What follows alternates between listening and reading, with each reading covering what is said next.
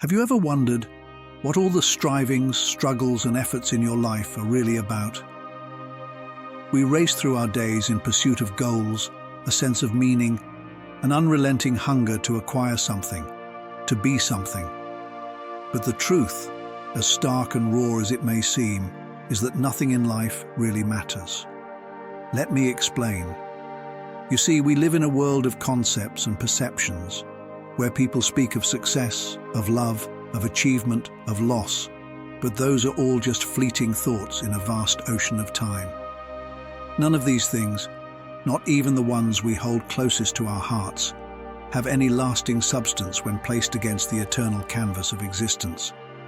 The world teaches us that we must constantly pursue, achieve, and desire.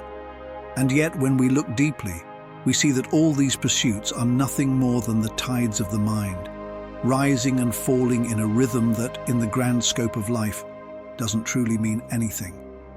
Jesus spoke about this illusion when he said, "Do not store up for yourselves treasures on earth, where moth and rust destroy, and where thieves break in and steal. But store up for yourselves treasures in heaven, where moth and rust do not destroy, and where thieves do not break in and steal." It is clear, what we chase, what we hoard, what we value here, is ephemeral. It does not last. And in this fleeting nature, it holds no true weight. We tend to believe that certain things, our wealth, our fame, our accomplishments, hold the key to happiness. And yet, what does it all amount to in the end? In our efforts to define ourselves by what we have or do, we miss the fundamental point that we are not these things. We are not our possessions. We are not our titles. We are not even our thoughts. Jesus, in his wisdom, often turned people's attention away from these temporary attachments. He asked us to look beyond the surface, beyond the illusions of the world. When he said, "For what will it profit a man if he gains the whole world and loses his own soul?" He was reminding us that everything we strive for in this world, every acquisition, every success, is ultimately empty if it distances us from our true self, from the deeper truth of our existence. You may be thinking, but surely there is meaning to be found in life, in what we do, in our relationships, in our pursuit of happiness. And I would ask, what is this meaning you speak of? Can meaning exist outside of your mind's attachment to it? We are so deeply embedded in the story of who we are and why we matter, that we forget to question the very premise upon which it rests. Life, in its raw form, is not about attaining things or achieving goals. It is simply about being, and more importantly, about being free from the illusions that bind us to the need for meaning. When Jesus was asked by his disciples about the end times, he responded not with predictions or promises of grand events, but with a quiet reminder that everything would come to pass in its time. But of that day and hour no one knows, not even the angels of heaven, but my Father only. This wasn't a statement of fear or dread, but a profound recognition of the unknowable nature of life. Time itself is a construct, a passing moment that we insist on holding to. But in truth, there is no such thing as time. There is only now. This moment. And in this moment, all that you have strived for, all that you have worked for, all that you have feared, fades into the nothingness from which it came. What does that leave us with? What is left when we realize that nothing we do truly matters in the grand scheme of things? The answer is profound in its simplicity: freedom. Freedom from the need to achieve. Freedom from the pressure of being someone.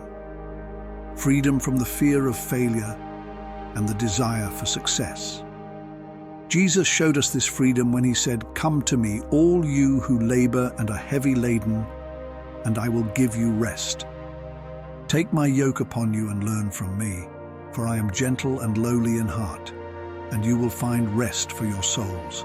For my yoke is easy and my burden is light." The burden of life is not in the striving, but in the attachment to outcomes. The weight we carry is not from the work, but from the illusion that it must lead somewhere, that it must matter in some way that is measurable, that is permanent. In the silence of simply being, without the constant chatter of the mind seeking validation or meaning, we find the ultimate truth. Life is as it is. It cannot be any other way. And the beauty of it all is that it doesn't need to be anything more. We do not need to fill it with significance to give it worth. The value of life is inherent, not imposed. The struggle only arises from our attempts to control it, to force it into a shape that fits our preconceived notions. Jesus' own life is a testament to this. In his quiet moments, in his humility, he embodied the realization that the world's measures of worth, wealth, power, status are ultimately meaningless. When he was asked by Pilate if he was the king of the Jews, Jesus answered, "My kingdom is not of this world. If my kingdom were of this world, my servants would fight, so that I should not be delivered to the Jews. But now my kingdom is not from here." This kingdom, this essence of being, is not bound by the illusions of this world. It is free from the attachment to anything external. And it is this freedom that is available to all who are willing to surrender the illusion that anything really matters. The more you live in the present, the more you realize that nothing truly matters. Not the past, not the future, not the things you possess, not even your very existence. All of it is passing through this moment, this brief instant, like a leaf carried on the wind. And just like the wind, it moves, it shifts, it changes, and then it is gone. And in this realization, we find peace. Because if nothing really matters, then we can stop struggling. We can stop chasing, stop attaching, and simply be.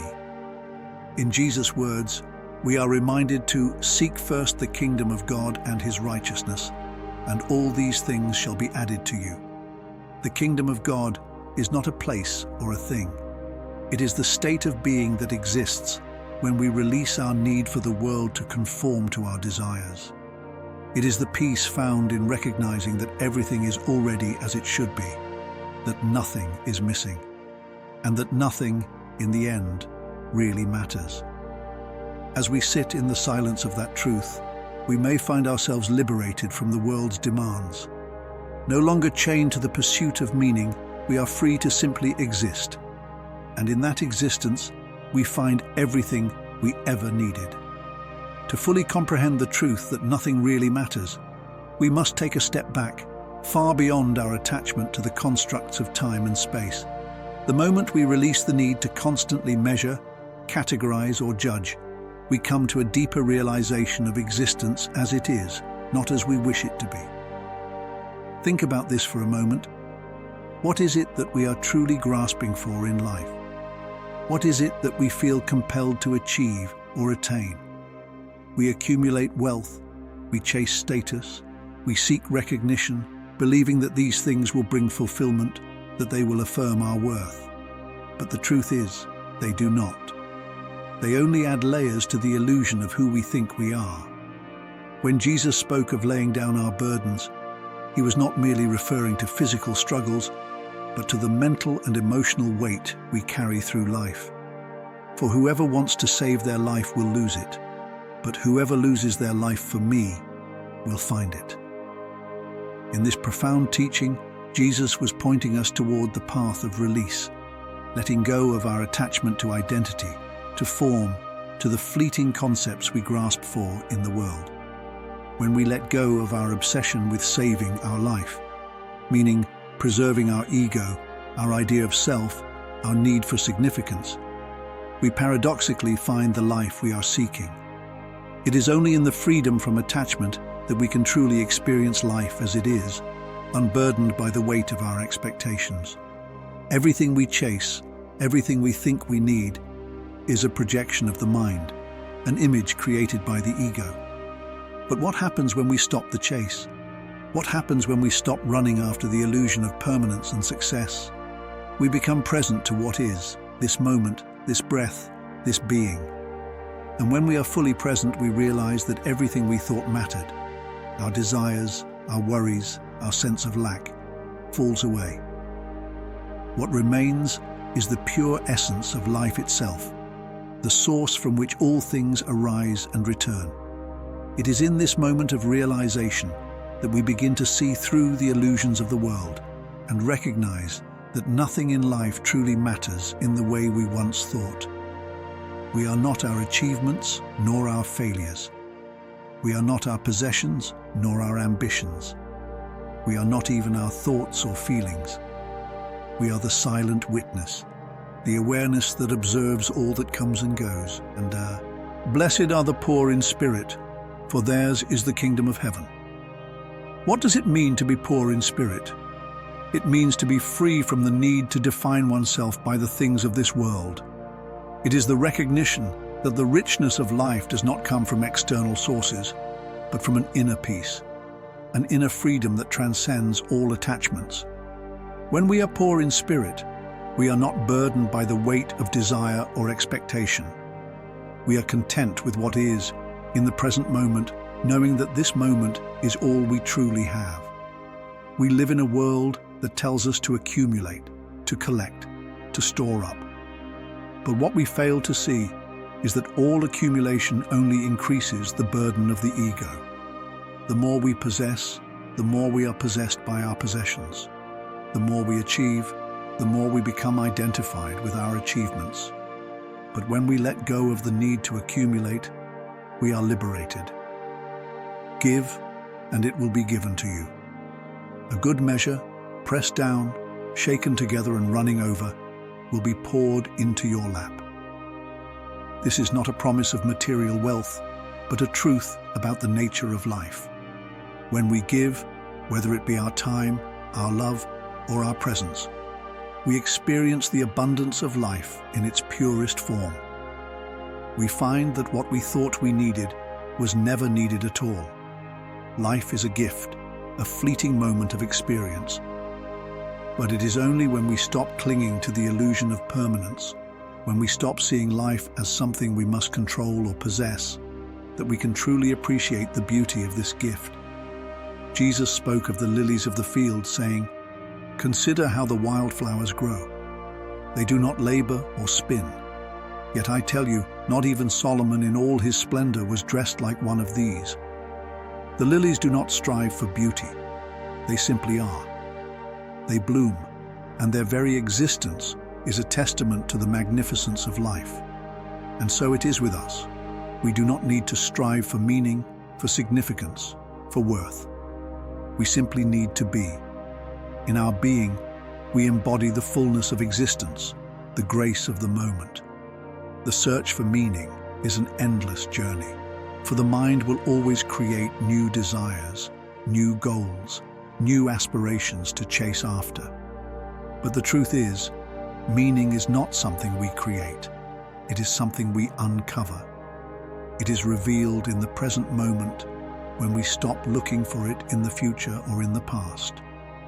When we release the need for everything to have a specific meaning, we open ourselves to the profound simplicity of life as it is. In the silence of the present, we discover that nothing truly matters except the peace and freedom that come from accepting things as they are, without resistance, without expectation. Jesus' teachings were always a call to let go of the mind's endless striving and to return to the simple truth of being. He asked us to turn away from the illusions of the world, to shed the weight of the ego, and to embrace the kingdom of heaven, which is within us. The kingdom of God is within you. This kingdom is not a place, not a future event. It is a state of being, a way of living that is free from the illusions of time and space, free from the need to achieve, free from the need to matter. In the grand scheme of the universe, in the vast expanse of time, nothing we do really matters. But this realization is not one of despair or nihilism. It is one of liberation. When we let go of the need for life to matter in the way we think it should, we are free to experience life as it is, without judgment, without attachment. We are free to be present, to embrace the beauty of the moment, and to live fully in the now.